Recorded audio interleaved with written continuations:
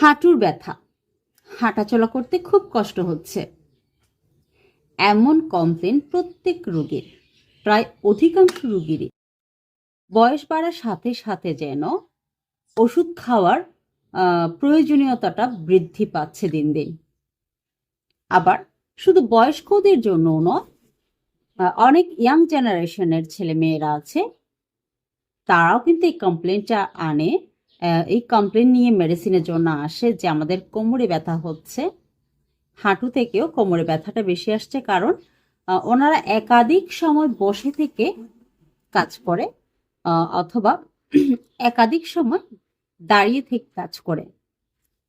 আবার এখানে দেখা যায় যে বাতের সমস্যার কারণেও কিন্তু এই ব্যথাগুলো হয়। এগুলো সিমটমের উপর ডিপেন্ড করে পাওয়া যায়।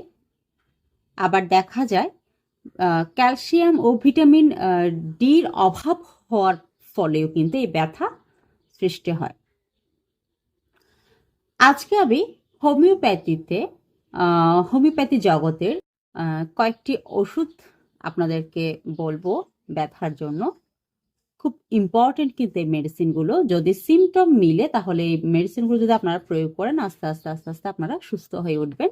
এবং হোম রেমেডি দুটি টিপস দিব, একটা ব্যবহারের জন্য, একটা খাওয়ার জন্য। এগুলো কিন্তু আপনাদের খুব উপকারে আসবে। এই জন্য ভিডিওটি স্কিপ না করে সম্পূর্ণ দেখার অনুরোধ করছি। আমি প্রথমে আপনাদেরকে মেডিসিন সম্পর্কে বলছি, হোম রেমেডিতে পরে বলছি। আমি প্রথমে ব্রায়োনিয়াকে প্রাধান্য দিব, কারণ যখন হাড়ের ভেতরে ব্যথা করে সেটা কিন্তু শুষ্কতার কারণে হয়, কারণ ওইখানে একটা লিকুইড থাকে। ওই লিকুইডটি শুকিয়ে যাওয়ার ফলে কিন্তু হাড়ে হাড়ে ঘর্ষণ হয়, সেই ঘর্ষণের ফলে ব্যথা সৃষ্টি হয় এবং অনেক ক্ষেত্রে জ্বালা পোড়ারও সৃষ্টি হয়। ব্রায়োনিয়া আলবা কিন্তু শুষ্কতার উপর সবচেয়ে বেশি কাজ করে। যদি আপনার পায়খানা খুব শুষ্ক থাকে এবং মুখ খুব শুষ্ক থাকে, প্রচুর পরিমাণে পানির পিপাসা থাকে এবং একসাথে অনেক পানি খান এবং আপনার নড়াচড়া করতে খুব কষ্ট হয়, নড়াচড়া করে হাঁটা চলা করে কাজ করতে খুব কষ্ট হয়, সেই ক্ষেত্রে কিন্তু ব্রায়োনিয়া খুব ইম্পর্ট্যান্ট একটি মেডিসিন। মেডিসিন নেওয়ার আগে সব সময় আপনারা, আমি যে সিমটমগুলো বলছি, প্রত্যেকটা মেডিসিনের কিন্তু নির্দিষ্ট কিছু সিমটম থাকে, সেই সিমটমের উপর ডিপেন্ড করে কিন্তু মেডিসিন নেওয়া প্রয়োজন, না হলে কিন্তু সঠিক রেজাল্ট আপনারা পাবেন না। যদি ব্রায়োনিয়ার রোগী আপনি হয়ে থাকেন তাহলে আপনার মধ্যে এই যে সিমটমগুলো আমি বলেছি, শুষ্কতা, এই সিমটমগুলো অবশ্যই থাকবে। এবং এই সিমটমগুলো মিলে যেমন আপনার জিভ শুষ্ক থাকবে, আপনার পায়খানা খুব শক্ত হবে এবং কালো কালো হবে, একদম শুষ্ক হবে, আপনি নড়াচড়া করতে পারবেন না, প্রচুর ব্যথা হবে শরীরে, নড়াচড়া করলে ব্যথার বাড়বে এবং মাথা ঘুরাবে, প্রচুর পিপাসা থাকবে, একসাথে অনেক পরিমাণে পানি খাবেন অনেকক্ষণ পর পর। এই সিমটমগুলো যদি আপনার মধ্যে বিদ্যমান থাকে, আপনি ব্রায়োনিয়ার রোগী, এটাই কম্পালসারি। আর যদি ব্রায়োনিয়া আপনি প্রয়োগ করেন, এই সিমটমের উপর ডিপেন্ড করে আপনি ব্রায়োনিয়ার 30 CH পোটেন্সি নেবেন। প্রচুর ব্যথা হলে আপনি 3 ঘন্টা পর পর 1 ফোঁটা করে নেবেন, 2-3 দিন একটানা নেবেন। আর যদি ব্যথা আগের তুলনায় কমে যায় তাহলে আপনি দিনে 3 বার নেবেন 1 ফোঁটা করে। এটা একদম 1 মাস নিতে পারেন, কোনো ক্ষতি নাই, এটার কোনো সাইড এফেক্ট হয় না। তবে 1 মাস পরে গিয়ে কিন্তু আপনি মেডিসিন আর নেবেন না, তখন 1 মাসের পরে কিন্তু পোটেন্সি চেঞ্জ করতে হয়। হ্যাঁ, যদি 200 পোটেন্সি নেন আপনি দিনে 2 বার করে নেবেন এবং এটা মিনিমাম 15 দিন পর্যন্ত নিতে পারেন। সকালে 1 ফোঁটা, রাত্রে 1 ফোঁটা। আপনি ডাইরেক্টও নিতে পারেন জিভে দিয়ে, আবার 1 চামচ পানিতে মিক্স করেও নিতে পারেন। যদি আপনার এটা অ্যাকুইট কেস হয়, অর্থাৎ কয়েকদিন আগে, 2-3 দিন আগে থেকে এটা যদি আপনার হয়ে থাকে, 2-3 দিন ধরে যদি আপনার এটা হয়ে থাকে, তাহলে আপনি 3 ঘন্টা পর পর মেডিসিন নিতে পারেন, অথবা দিনে 4 বার নিতে পারেন 1 ফোঁটা করে। 2-3 দিন নেওয়ার পরে কিন্তু মেডিসিন বন্ধ করে দিবেন। এর পরের মেডিসিনটাতে আসছি। ব্যথার জন্য আমরা কিন্তু দ্বিতীয় যে মেডিসিনটাকে প্রাধান্য দিই সেটি হচ্ছে গুয়েকাম। গুয়েকাম মাদার টিনচার, এটা কিন্তু পটেন্সি থেকেও মাদার টিনচারটা খুব ভালো। যদি আপনার হাঁটু ফুলে যায় এবং নড়াচড়ায় ব্যথা বাড়ে, নড়াচড়ায় ব্যথা বাড়ে এবং চলাফেরা করতে খুব কষ্ট হয় এবং কোনো তাপ প্রয়োগে আপনার কোনো তাপ বা চাপ, অর্থাৎ ধরেন এভাবে চেপে ধরলে আপনার ব্যথা বাড়ে, বা কোনো আগুনের সেক দিলে বা কোনো গরম পানির ব্যাগ যদি ওখানে দেন আপনার বাড়বে, সেই ক্ষেত্রে কিন্তু গুয়েকাম খুব ভালো মেডিসিন। তবে ব্রায়োনিয়াতে কিন্তু গরম দিলে আরাম লাগে, কিন্তু গুয়েকামে গরম দিলে কষ্ট হয়। এই যে পার্থক্য, এই জন্য মেডিসিনের সিমটমের উপর ডিপেন্ড করে কিন্তু আমরা মেডিসিন দিই। এই যে পার্থক্য, এখানে যদি আপনি গুয়েকামের জায়গায় যদি ব্রায়োনিয়া দেন তাহলে কিন্তু কোনোভাবেই কাজ করবে না। গুয়েকাম যদি আপনি নেন তাহলে যদি আপনার একুইট কেস হয়, অর্থাৎ 3-4 দিন ধরে আপনার এই প্রবলেমটা হচ্ছে, সেক্ষেত্রে আপনি দিনে 4 বার নিবেন, 8-10 ফোঁটা করে নিতে পারেন। আধা কাপ পানির মধ্যে 8 কি 10 ফোঁটা, 8 ফোঁটা করে দেন, 10 ফোঁটা করে দেওয়ার দরকার নাই, আপনি দিনে 4 বার নেবেন। আর যদি এটা ক্রনিক কেস অর্থাৎ অনেক আগে থেকে এই সমস্যাটা হয়ে থাকে, সেই ক্ষেত্রে আপনি 1 মাস নিতে পারেন, সকালে 10 ফোঁটা, রাত্রে 10 ফোঁটা, বেশি নেওয়ার দরকার নাই। 1 মাস নেবেন। এরপরে আপনার যদি অসুবিধা হয় বা ব্যথা খানিক থেকে যায়, তাহলে আপনি দরকার হলে এরপরে যে পটেন্সি, যেমন 3x পটেন্সি, এরপরে এই পটেন্সিটা আপনি প্রয়োগ করবেন, অথবা আপনার নিকটস্থ কোনো রেজিস্টার্ড হোমিও চিকিৎসকের পরামর্শ নিয়ে আপনি মেডিসিনটি চেঞ্জ করবেন। নেক্সট যে মেডিসিন সেটি হচ্ছে লিডম্পল। লিডম্পল খুব ভালো একটি মেডিসিন। আপনাদের খেয়াল রাখতে হবে ব্যথা, লিডম্পলের ব্যথাটা নিচ থেকে শুরু হয়ে উপর দিকে যায়, অর্থাৎ আপনার হাঁটুর ব্যথা শুরু হয়ে আস্তে আস্তে আপনার উপর একদম কাঁধ পর্যন্ত চলে আসতেছে ব্যথাটা, অর্থাৎ নিচের থেকে আস্তে আস্তে উপরের দিকে চলে আসতেছে। এই জিনিসটা সবসময় খেয়াল রাখতে হবে। এবং ঠান্ডা পানি লাগলে সব থেকে বেশি আরাম লাগবে। লিডম্পলে কিন্তু গোয়েকামে কিন্তু গরম পানি সহ্য হয় না, আরাম লাগে, ঠান্ডা পানি আরাম লাগে, কিন্তু লিডম্পলেও কিন্তু ঠান্ডাতে আরাম লাগে, গরম সহ্য হয় না। তবে গুয়েকামে নিচ থেকে ব্যথা উপরের দিকে যাবে এই ধরনের কোনো নির্দিষ্ট বলা নাই, তবে লিডম্পলে সেটা বলা আছে, ব্যথা নিচের থেকে আস্তে আস্তে উপরের দিকে যাবে। তো যদি আপনি লিডম্পলের রোগী হয়ে থাকেন, সেই ক্ষেত্রে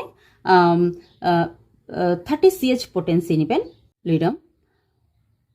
সেম ভাবে যদি একুইট কেস হয়, আপনি দিনে 3 বার নিয়ে, সকাল দুপুর রাত্রে 1 ফোঁটা করে দিনে 3 বার নিয়ে 3 থেকে 4 দিন পর মেডিসিন বন্ধ করে দিবেন। আর যদি ক্রনিক কেস অনেক আগে থেকে হয়, সেটা আপনি মিনিমাম 25 থেকে 30 দিন আপনি নিতে পারেন, 1 ফোঁটা সকালে 1 ফোঁটা রাত্রে, 3 বার নেওয়ার দরকার নেই। এরপরে যে মেডিসিনটি আসছে সেটি হচ্ছে ক্যালকারিয়া ফ্লোর। শ্লেষ্মিক ঝিল্লির শুষ্কতার উপর কিন্তু খুব ভালো রেজাল্ট দিয়ে থাকে। যেমন ব্রায়োনিয়াকেও বলেছি আমি শুষ্কতার উপর খুব ভালো রেজাল্ট দিয়ে থাকে, তেমনি ক্যালকারিয়া ফ্লোর কিন্তু শুষ্কতার উপর খুব ভালো রেজাল্ট দিয়ে থাকে। এটা যতই পুরনো রোগী হোক না কেন, যতই পুরনো ব্যথা হোক না কেন, আপনার এটা নেওয়ার পরে যখন আপনি কন্টিনিউ এটা সেবন করবেন, খুব ভালো, এটা 2-3 মাস আপনি একটা নিতে পারেন, খুব ভালো রেজাল্ট দিবে। এটা আপনি ব্রায়োনিয়া বা গুয়েকাম বা লিডম্পল যে কোনো মেডিসিনের সাথে এটা একসাথে নিতে পারেন। ধরেন আপনি ব্রায়োনিয়া রোগী, আপনি ব্রায়োনিয়া সকালে একবার নিলেন, কিন্তু 10 থেকে 15 মিনিট মিনিমাম গ্যাপ থাকবে, আপনি ক্যালকারিয়া ফ্লোর নিতে পারেন। এটা কিন্তু খুব one of the best medicine ব্যথার জন্য, ক্যালকারিয়া ফ্লোর। আমি এখানে 2টি মেডিসিন অ্যাড করব, যেগুলো ভিটামিন ডি, ক্যালসিয়ামের ঘাটতি ফিল আপ করতে সাহায্য করবে। এই 2টি মেডিসিনের নাম হচ্ছে, প্রথমটা হচ্ছে ক্যালকারিয়া ফস। এটি কিন্তু ক্যালসিয়ামের ঘাটতি ফিল আপ করতে খুব সুন্দরভাবে আপনাকে সহায়তা করবে। ক্যালকারিয়া ফস 6x। ক্যালকারিয়া ফস 6x ক্যালসিয়ামের খুব সুন্দর ঘাটতি ফিল আপ করে, এটি আপনারা যদি ক্যালকেরিয়া ফ্লোরের সাথে নেন, তাহলে ক্যালকেরিয়া ফ্লোর যদি আপনি সকালে নেন 4 বড়ি, ক্যালকেরিয়া ফস রাত্রে নেবেন। এভাবে কিন্তু আপনারা পর্যায়ক্রমে নিতে পারেন। এটা কোনো সাইড এফেক্ট নেই, আপনারা 3-4 মাস একসাথে নিতে পারেন। এটা কিন্তু খুব খুব ভালো একটা মেডিসিন ক্যালসিয়ামের জন্য। ক্যালকেরিয়া ফ্লোর এবং ক্যালকেরিয়া ফস যখন আপনারা প্রয়োগ করবেন, calcarea fluor 6x, calcarea phos 6x, দুটোটা সেম পোটেন্সি নেবেন। ক্যালকেরিয়া ফ্লোর যদি আপনি সকালে নেন, এটা দাঁতে চিবিয়ে 2-3 টুক একটু কুসুম গরম পানি নিলে খুব ভালো রেজাল্ট দেয়। আর ক্যালকেরিয়া ফস রাত্রে নেবেন 4 বড়ি, এটি মুখে দিয়ে দাঁতে চিবিয়ে 2-3 ঢোক আপনারা কুসুম গরম পানি নেওয়ার চেষ্টা করবেন, খুব ভালো রেজাল্ট দিবে। গরম পানি হলে একটু দ্রুত রেজাল্ট পাওয়া যায়। আপনারা 2-3 মাস নিতে পারেন, কোনো সমস্যা নেই। এরপরে যে মেডিসিন যেটি ভিটামিন ডি এর সহায়ক, সেটি হচ্ছে অস্টিও আর্থ্রাইটিস নোসোর 200। এটি যে কোনো হোমিওপ্যাথিক দোকানে পাবেন আপনি। তবে এখানে একটা সমস্যা হচ্ছে, এই মেডিসিন যেহেতু নোসোর মেডিসিন, এটি আপনারা কন্টিনিউ কোনোভাবেই করতে পারবেন না। এই মেডিসিনটি আপনারা এখানে কিন্তু 200 পোটেন্সি বলেছি আমি। এই মেডিসিনটি আপনারা মিনিমাম 10 দিন পর পর 2 ফোঁটা জিভে দিবেন। যেদিন আপনারা এই মেডিসিনটি নেবেন, সকালে নেবেন, নসর ওষুধ রাত্রে না নেওয়াই বেটার। এবং নসর ওষুধ কোনোভাবে একাধিকবার ইউজ করা যায় না, এবং এটি লো পোটেন্সি কোনোভাবে নেওয়া যাবে না, হাই পোটেন্সি ইউজ করা যায়। 10 দিন পর পর আপনারা 200 পোটেন্সি 2 ফোঁটা সকালে একবার নেবেন, এবং 10 দিন পরে পরে নিলে আপনারা এটা মিনিমাম 1 মাস নেবেন, এরপর আর নেবেন না, অর্থাৎ 1 মাসে 3 বার পড়বে। এবং এই মেডিসিনটি যেদিন নেবেন সেদিন অন্য কোনো মেডিসিন নেবেন না, তাহলেই কিন্তু খুব সুন্দর রেজাল্ট আপনি বুঝতে পারবেন। তো এবার আমি হোম রেমেডি যে বলবো বলেছিলাম আপনাদেরকে, সেই হোম রেমেডি বলি। যেমন ধরেন একটি কড়াই নেবেন, একটি কড়াইয়ের মধ্যে আপনারা 2 কাপ পরিমাণ পানি দিবেন। 2 কাপ পরিমাণ পানি দিয়ে পানিটা যখন একটু গরম হয়ে আসবে, তখন 1 ইঞ্চি পরিমাণ একটা কাঁচা আদা দিয়ে দিবেন। সেটা থেতু করে দিবেন, নতবা সালাদ মেশিন দিয়ে এটা গ্রেট করে দিবেন। আদাটা দেওয়ার পরে আপনারা প্রায় পরিমাণ মতো হলুদ দিবেন। সেটা চা চামচে করে আধা চামচে হতে পারে। এবার 1 চিমটি গোলমরিচের গুঁড়ো দিয়ে দিবেন। 1 চিমটি গোলমরিচের গুঁড়ো দিয়ে 4-5টি লবঙ্গ দিবেন, এবং 1 চামচ জোয়ান দিবেন। অনেকে আজওয়াইন বলে। 1 চামচ জোয়ান দিবেন, আমরা জোয়ান বলি। 1 চামচ জোয়ান দিবেন এবং 1 চামচ মেথি দিবেন। মেথি দেওয়ার পরে এই 2 কাপ পানি ফুটাতে ফুটাতে আপনি 1 কাপ করে নেবেন। 1 কাপ করে নিয়ে এটা আপনারা সকালবেলা খালি পেটে রং চা যেরকম করে খান, ঠিক সেইভাবে খাবেন। সাথে আপনারা চাইলে একটু লেবু রস মিশিয়ে নিতে পারেন। এটি কিন্তু খাওয়ার পরে আপনার মিনিমাম 3-4 দিনের মধ্যে কিন্তু আপনার ব্যথাটা অনেক কমে আসবে। ওষুধের সাথে নিতে পারলে অনেক বেটার, আরো দ্রুত রেজাল্ট পাবেন। এটা খাওয়ার জন্য বললাম। এরপরে